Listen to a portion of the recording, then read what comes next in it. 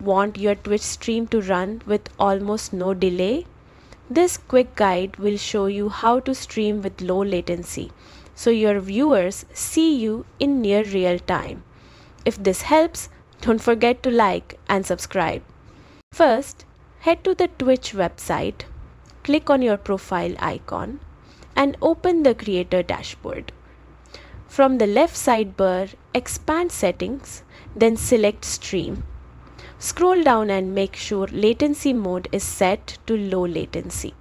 This ensures your stream reacts quickly to chat and real-time moments.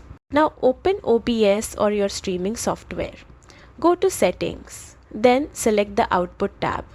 Look for the CPU preset option and set it to very fast or super fast. These are often referred to as low latency modes and help reduce delay between your broadcast and what viewers see. Click apply, then press OK to save everything. Your stream should now be running with minimal delay, giving you smoother interactions with your audience. Like and subscribe for more fast Twitch tips.